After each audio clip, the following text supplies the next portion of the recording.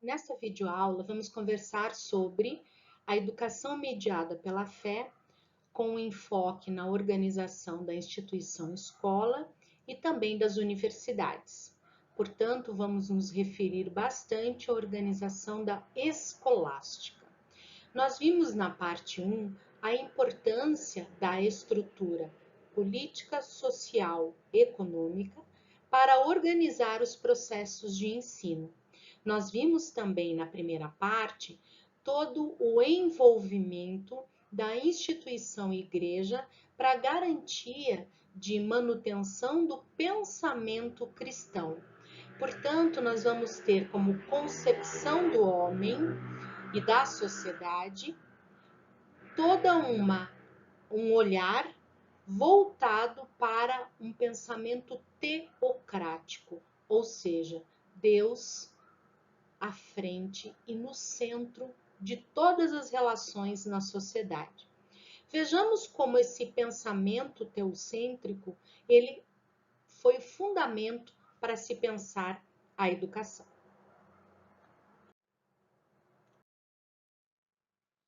Ora, na organização da sociedade em termos históricos, nós vimos que na Idade Média se organizava em alta e baixa Idade Média.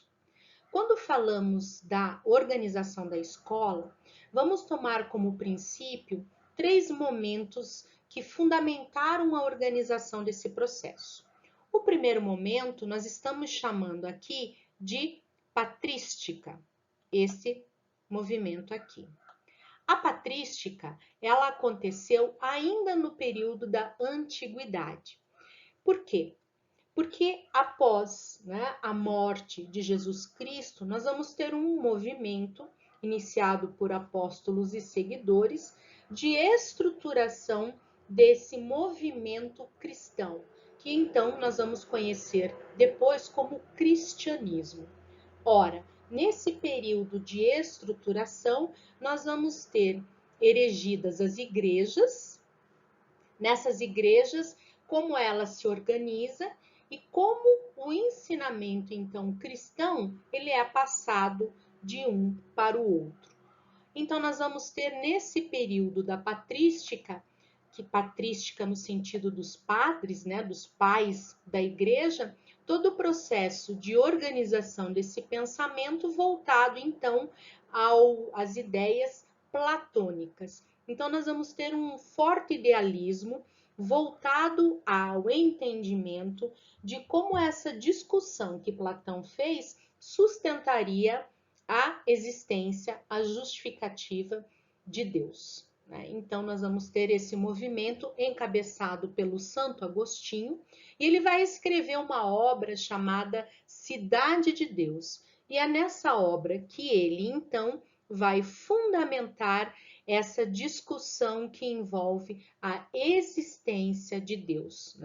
Então, vamos relembrar o que Platão nos dizia para entender por que Santo Agostinho toma como base o Platão para pensar aqui do mundo das ideias. Lembrem do mito da caverna. Então, como Santo Agostinho se apropria dessa alegoria para explicar a existência de Deus. Então, o verdadeiro saber, o conhecimento verdadeiro estava em Deus.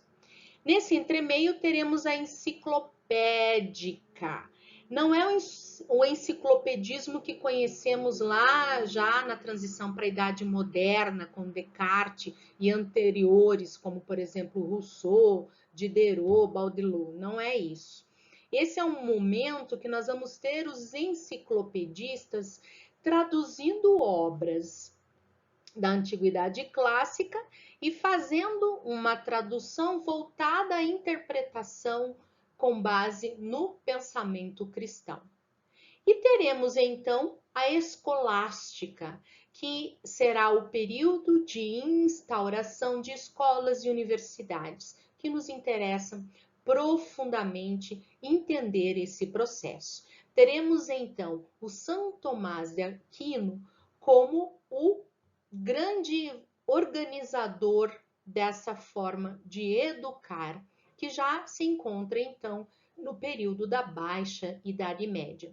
e São Tomás vai escrever a Súmula Teológica, explicando como é que, a partir das ideias de Aristóteles, portanto, do materialismo presente no Aristóteles, se explica a existência de Deus.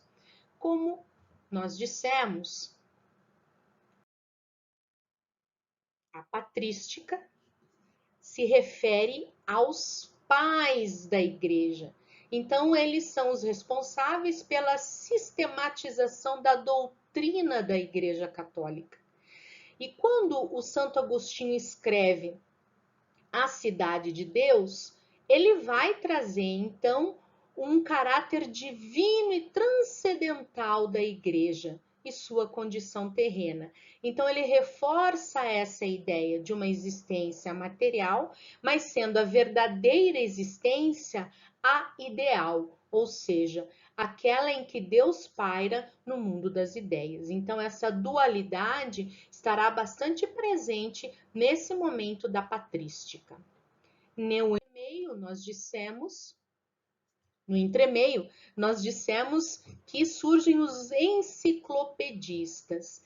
Esses enciclopedistas eram então sacerdotes, padres da igreja, que vão adequando as obras às verdades teológicas, aquelas doutrinas propiciadas pelo pensamento cristão. Então, eles vão desenvolver algo que nos coloca como fundamento do desenvolvimento do processo de ensinar nesse período que envolve a Alta Idade Média. Então, nós temos alguns representantes bastante importantes, como Boécio, que vai, então, introduzir os tratados lógicos de Aristóteles, que depois nós vamos perceber lá será utilizado pelo Santo Agostinho. Nós vamos ter Cassiodoro, que organizou materiais para iniciar os monges, né, na literatura antiga, ou seja, um manual de como eles deveriam se apropriar dessas leituras e o que eles deveriam entender como sendo um documento religioso ou não. E nós vamos ter o grande Marciano Capella, que foi um teórico, um estudioso, um tradutor, que organizou o que durante toda a escolástica foi utilizado nos ensinos nas escolas, que é então as artes liberais. Ele escreve sobre as artes liberais a partir do estudo das obras dos demais antecessores, né? Estamos falando aqui dos gregos. Então, os enciclopedistas ainda temos aqui a importância do Isidoro de Sevilha, né, que condensou nas artes liberais escrito por Capella outras abordagens de ensino da doutrina. Nós vamos ter o venerável Beda, né, que foi um monge inglês que também organizou formas de ensino, portanto, um grande pedagogo do período aí que envolve a Alta Idade Média. Teremos o Egberto, que foi discípulo do Beda e mestre do Alcuino de York. E Alcuino de York terá um papel também extremamente importante, sobretudo na reorganização no Império Carolíngio das escolas, do funcionamento das escolas. O Alcuino de York será aquele que vai dizer como o ensino deve acontecer e o que não deve acontecer. Esse foi um papel fundamental, então, dos enciclopedistas entre a Alta Idade Média e a Baixa Idade Média. Na Baixa Idade Média, então, será predominante a escolástica e o principal precursor, mantenedor e debatedor e divulgador das ideias da escolástica é o São Tomás de Aquino. Então, geralmente os autores dizem que ele cristianizou filosofia de Aristóteles. E foi ao trazer o pensamento, a doutrina da Igreja Católica Apostólica Romana para a obra de Aristóteles que ele então cria a Suma Teológica, né? Então, como é que ele vai fazer, né, que existia esse embate entre fé e razão? Ele vai tentar utilizar o olhar de Aristóteles para dizer que fé e razão estavam então todas elas ligadas ao pensamento cristão. Então, o que ele vai dizer?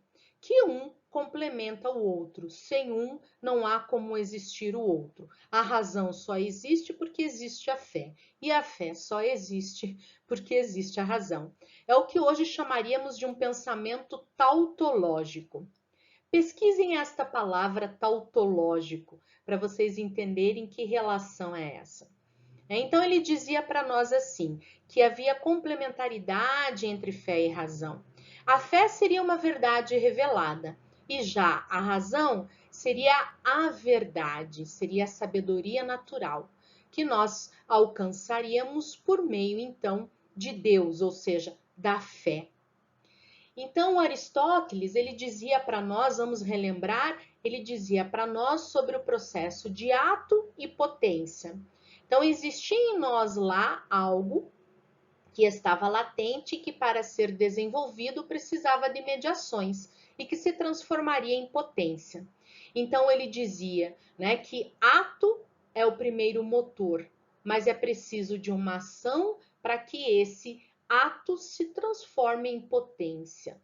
Né? Então, lembrem do exemplo lá da planta, né, da semente, né? Que a semente ela é um ato e ela carrega a potência de existência de uma planta, mas é só por meio de processos que acontecerão que essa potência de se transformar em uma planta, em uma árvore, acontece.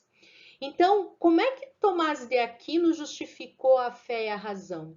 Ele disse que o primeiro motor, ou seja, esse ato que está latente em nós, é Deus. Né? Por quê? Porque de tudo originou-se a partir de Deus, né? E ele explica a existência de todas as coisas. Portanto, Deus é a fundação de qualquer situação que envolva a nossa existência. Então, é essa relação que ele diz.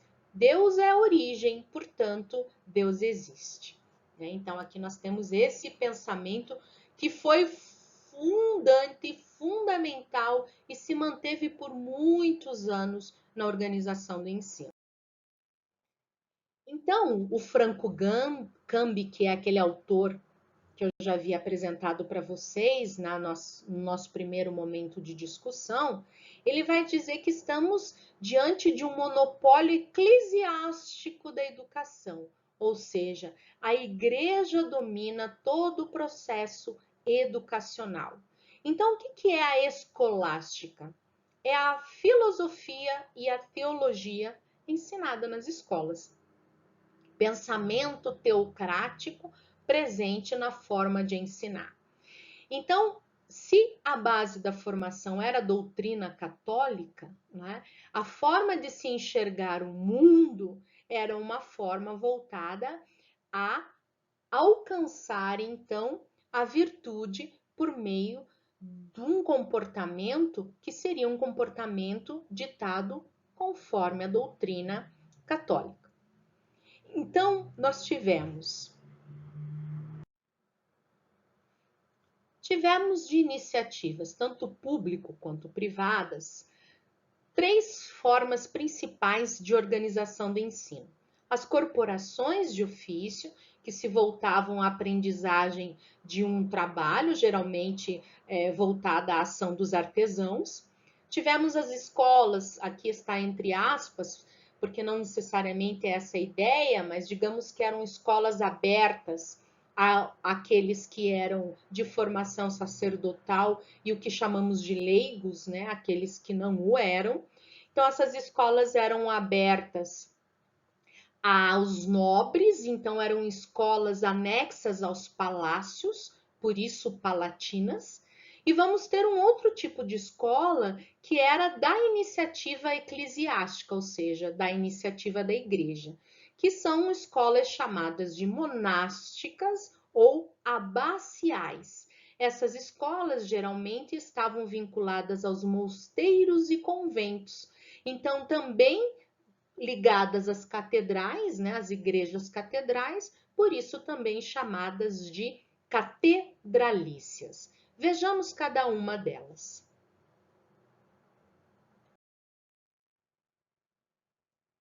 Esse período que envolve os três tipos de escola que aqui comentamos, né, eram escolas voltadas também para leigos, como nos fala o Manacorda. Manacorda também, Mário Manacorda, Mário Alighieri, né, Manacorda, é um historiador da educação. Ele produziu livros fantásticos falando sobre todo o processo de história da educação nos diferentes anos, né? E ele discute bastante a questão de que, pelos documentos que ele analisou, as escolas, esses três tipos de escola que falamos, elas eram também abertas para os leigos, né?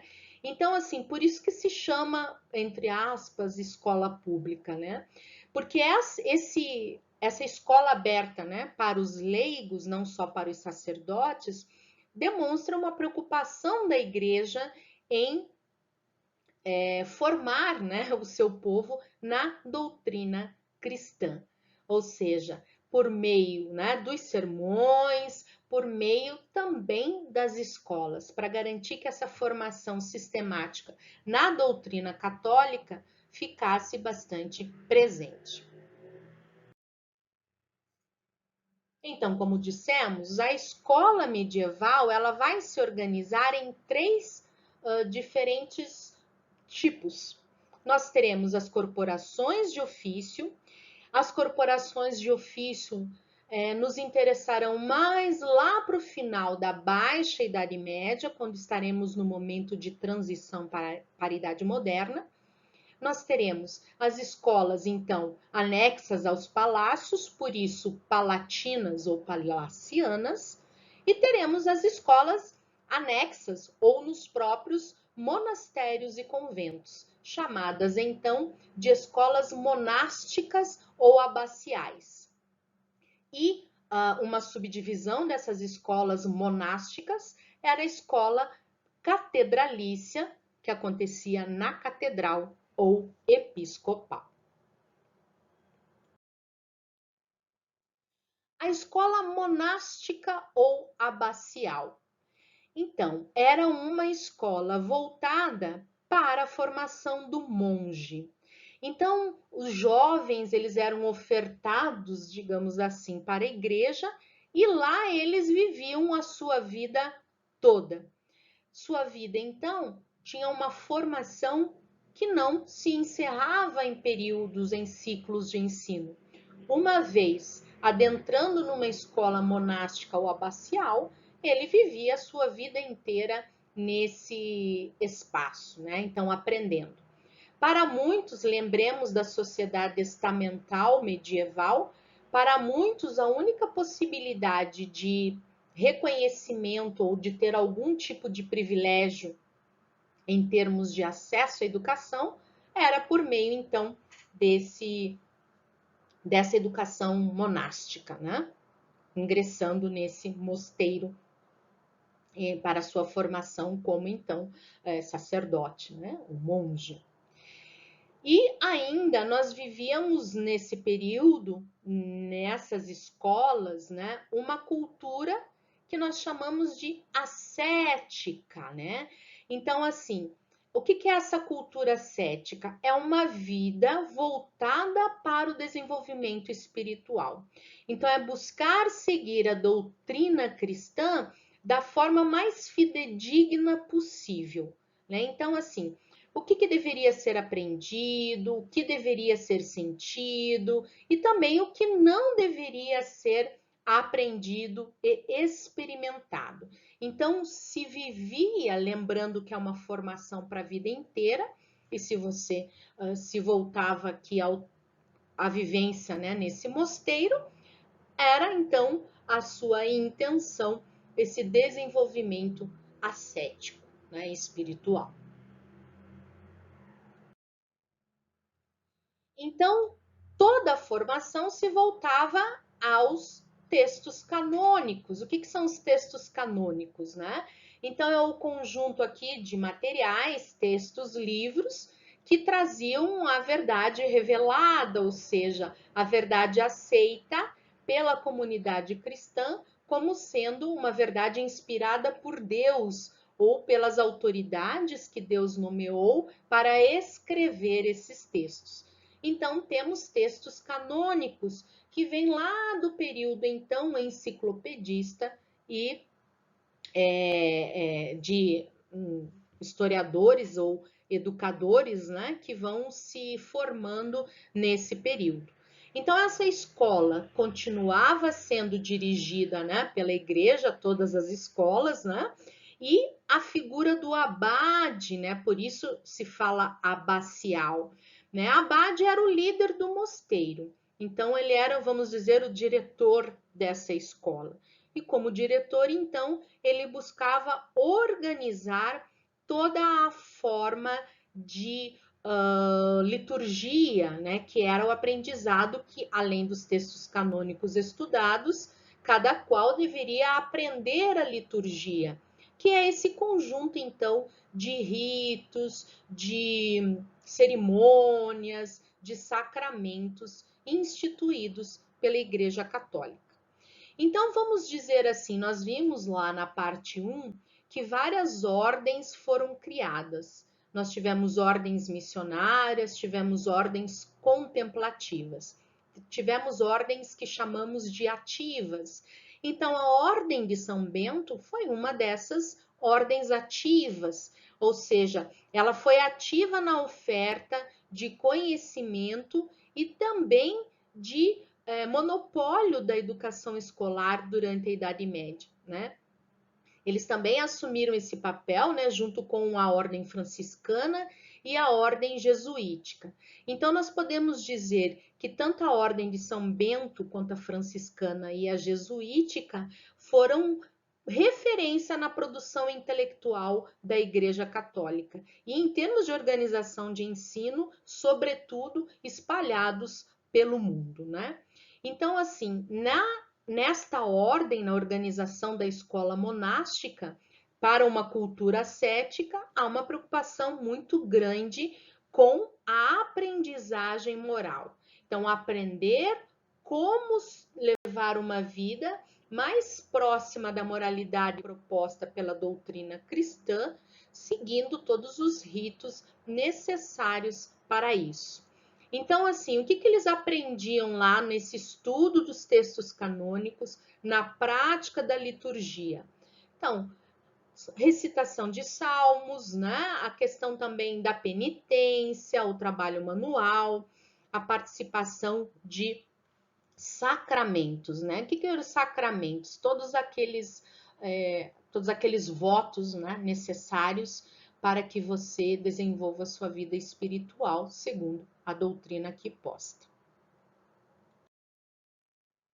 A escola catedralícia ou episcopal era aquela que se organizava junto às catedrais. Então, quando a gente fala de cátedra, nós estamos falando de um bispo, né, que ocupa uma cadeira naquela catedral, e as escolas que se organizavam aqui, elas também seguiam, então, um conhecimento voltado à prática litúrgica e ao conhecimento dos textos canônicos, né? Então, o bispo, que era um cargo abaixo do Papa, ele era o gestor dessa catedral e também ele que definia todas as diretrizes, né, pastorais, dos sacerdotes, as burocráticas e dos limites de atuação dessa igreja.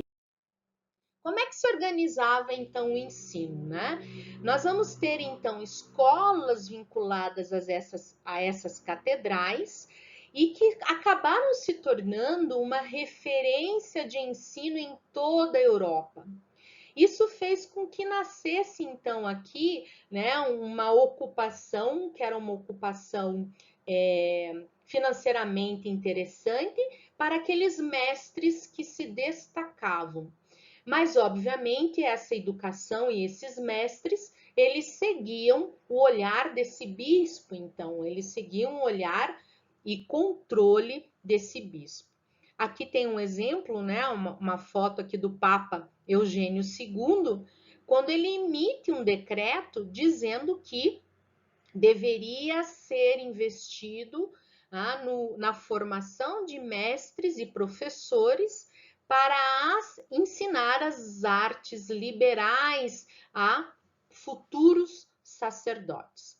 Olha, aqui está um exemplo para vocês nessa imagem das artes liberais. Vejam aqui as mulheres que representam as musas de conhecimentos. Lembrando, musas aqui, nós estamos buscando um conhecimento que foi produzido na antiguidade grega, mas lembrando que o Capella, que eu comentei com vocês, fez toda uma interpretação para a doutrina cristã. Nessa interpretação do que seriam as 7 artes liberais, nós vamos ter a organização, então, do trívio e quadrívio. O que é o trívio e o quadrívio? O trívio vai ensinar a gramática, a retórica e a dialética. Já o quadrívio ensinará aritmética, geometria, astronomia e música. Então, aqueles jovens que iam ingressar na vida sacerdotal, eles aprenderiam, então, essas artes liberais, o que nós chamamos hoje de disciplinas. Então, pensem que o acesso ao conhecimento se dava realmente por meio aqui da escola catedralícia. Então, quem passava por essa escola tinha uma formação bastante completa e se distinguia na sociedade por meio, então, de uma educação que, para a época, era considerada a educação de qualidade. Então, a gente vai ter uma divisão da forma como o trívio e o quadrívio foram ensinados. Nós vamos ter, então, até os séculos 9 e 10, uma fase muito formalista, com um controle muito forte do que poderia e não poderia ser ensinado e do tipo de interpretação possível para essas disciplinas. E nós vamos ter um segundo momento, que é o século 11 e 16, em que nós vamos conhecer, né, verdadeiros centros de difusão cultural. E aí será ofertado o ensino superior. Então, é a partir do século 11 e 16 que nós teremos o nascimento das universidades. Ainda temos a escola palaciana, como dissemos, ela ficava anexa, né, aos palácios. Ela também era uma escola com educação formal e sistemática, mas ela era voltada para os nobres e administradores do império. Então, veja que temos as escolas formando os sacerdotes e temos as escolas formando os nobres, né? Elas, obviamente, mesmo com essa formação para os nobres, elas ainda passavam pelo controle e anuência da Igreja Católica, né? Então, acompanhava que tipo de ensino estava sendo dado nessas escolas palacianas. E nós vamos ter um marco com o imperador Carlos Magno, que nós vamos chamar do período do Império Carolíngio, que ele vai, então, na extensão do seu império, consolidar o que a gente passa a conhecer como o Sacro Império ou Império Sagrado. Então, em todas essas regiões que ele foi conquistando, ele instaura o conhecimento sacro. E aí que nós vamos retomar aquele pensador Alcuino de York, que terá um papel fundamental para organizar esse processo nas escolas palatinas ou palacianas. Chegando aqui, então, na escola palatina ou palaciana, entra o Alcuino de York. O que ele vai fazer, gente? Ele organiza a instrução, né? A escola, olha lá, ele cria a primeira escola palatina. E ele vai organizar em 3 fases. Uma que é por meio da leitura, escrita e noções elementares do latim, que era a língua oficial. O segundo momento, que daí entra o trívio e o quadrívio, que nós já vimos que disciplinas são. E um terceiro momento, que seria o estudo aprofundado da escritura. Estamos falando aqui da Bíblia, né? Então, Carlos Magno tem um papel fundamental no Império Sacro, porque ele vai unificar o Estado e Igreja. Aquela formação que seria dos nobres, dos guerreiros e intelectuais da Igreja, para então garantir o poder do Estado. Então, aqui a gente tem, né, os reis e o clero em consonância na organização política da sociedade. A pedagogia, então, medieval, para sintetizar como ela se organizou, ela vai totalmente ser voltada para a formação do cristão. E acabamos de dizer que esse Estado, que era uníssono com o clero e com a nobreza, vai organizar os processos de ensino e aprendizagem de forma que os dogmas católicos sejam preservados e estejam presentes em todas as ações de todos aqueles que passam por essa escola, né? Então, o currículo educacional, quando falamos quais os conhecimentos que eram privilegiados, eles vão se desenvolver somente com a autorização e com o controle da doutrina cristã feita pela Igreja Católica. Então, todas elas eram voltadas, né, à oração, à devoção, por meio dos estudos desses textos, né? E como é que se dava esse processo, então?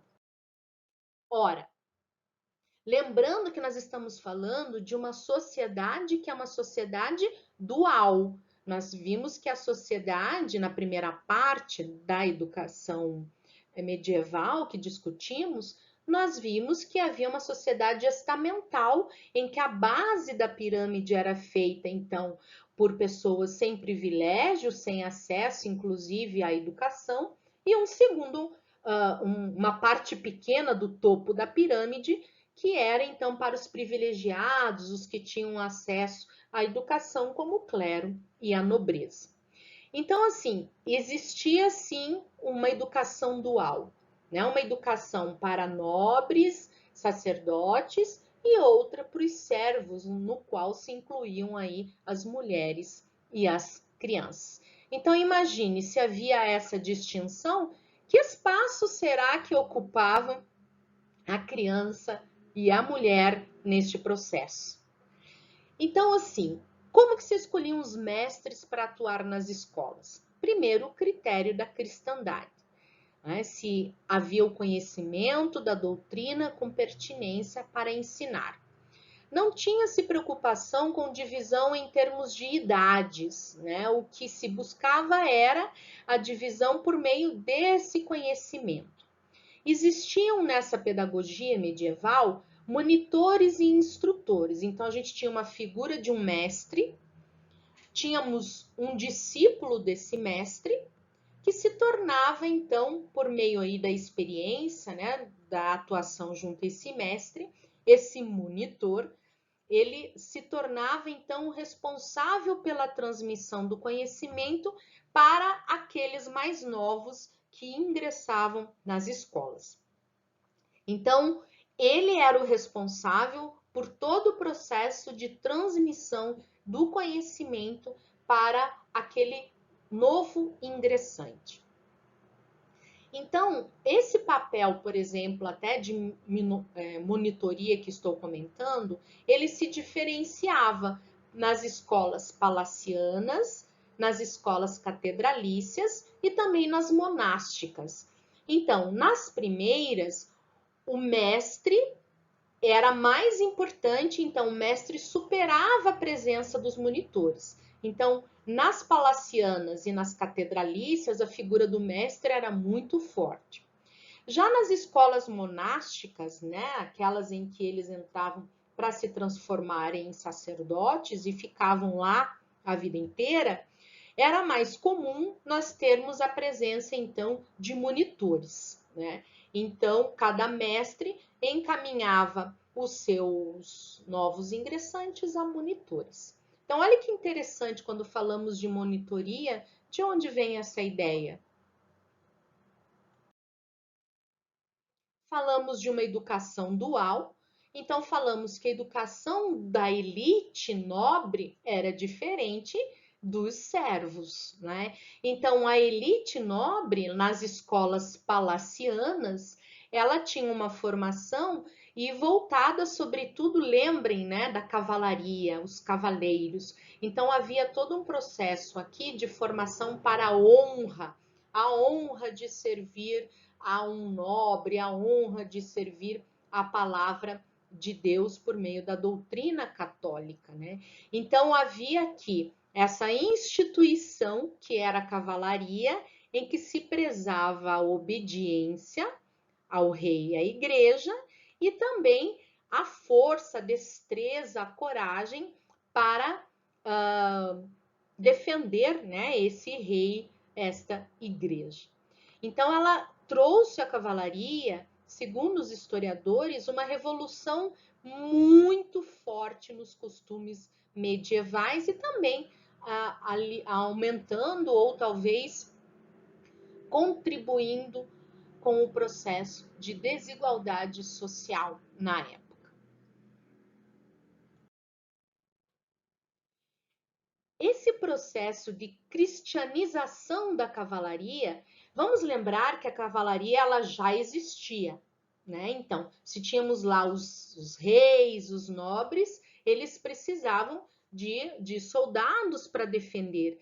E com o tempo isso foi se levando a um processo de cristianização. Que é isso? É voltar todo esse exército não mais para ser só dos nobres, mas para ser o exército de Deus, né? De levar a palavra sagrada e divina aos bárbaros. Lembremos que falamos que bárbaros eram considerados todos aqueles que não eram cristãos. E aqui a gente vai ter instaurado então as cruzadas, né? Que tinha como fato a intenção de expulsar os muçulmanos, né, da cidade considerada santa, que era a cidade de Jerusalém.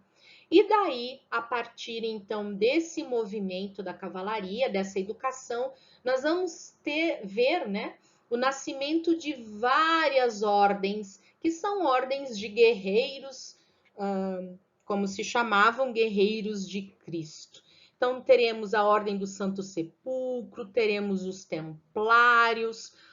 Com relação aos Templários, essa ordem se extinguiu em 1312 e existem muitas obras, existem muitos filmes, inclusive seriados, discutindo, né, trazendo um olhar aí de como os Templários atuavam. E aqui eu coloquei embaixo imagens só para vocês terem uma ideia das inúmeras ordens cavaleiriças que nasceram a partir então desse movimento instaurado no século X e no século XI, na Idade Média. Já a educação do povo, dos plebeus e dos servos era então voltada à formação técnico-profissional. Por isso, então, o espaço de formação se dava nas corporações de ofício. O que são corporações de ofício? Né? São um espaço em que um mestre de uma determinada arte, seja de fazer pão, seja de fazer calçado, seja da metalurgia, enfim, ele, no seu espaço de trabalho, reunia pessoas para aprender a profissão. Então, eles aprendiam no mesmo momento em que realizavam aquele trabalho. Então, era aprendizagem por meio da prática. Esse aprendizado ia acontecer, então, pela repetição, observação, imitação e reprodução. Mas a aprendizagem era voltada ao ofício, por isso corporação de ofício, e não necessariamente para os conhecimentos, né, previstos lá no trívio e no quadrívio, de geometria, de aritmética, não havia essa preocupação literária, filosófica, né, intelectual propriamente dita. Existia a preocupação no sentido de aprendizagem de um ofício, né? E as corporações elas vão se instaurando de forma mais sólida, né? A partir do século XI, quando a gente vai ter aquele movimento que falamos, né, na aula anterior, do movimento novamente de retorno às cidades. Então, as cidades vão se constituindo e nascendo uma nova classe que depois será discutido na Idade Moderna. Então, essas corporações de ofício, aqui algumas imagens para exemplificar, né, como essas corporações elas aconteciam, dependiam então do mestre naquele ofício para ensinar. E também assim, existia uma desigualdade nesse processo de ensinar, né? Essa relação pedagógica também, ela era diferenciada. Porque, por exemplo, a sua família poderia fazer um contrato com um mestre sapateiro para que seu filho estudasse lá. Mas digamos que, de acordo com o seu poder aquisitivo, a forma como seu filho iria aprender esse ofício seria muito diferente, talvez, de um outro que tivesse uma condição um pouco melhor. Então, também dependia de contratos aqui, porque ele vivia nesse mesmo espaço em que ele aprendia a sua profissão.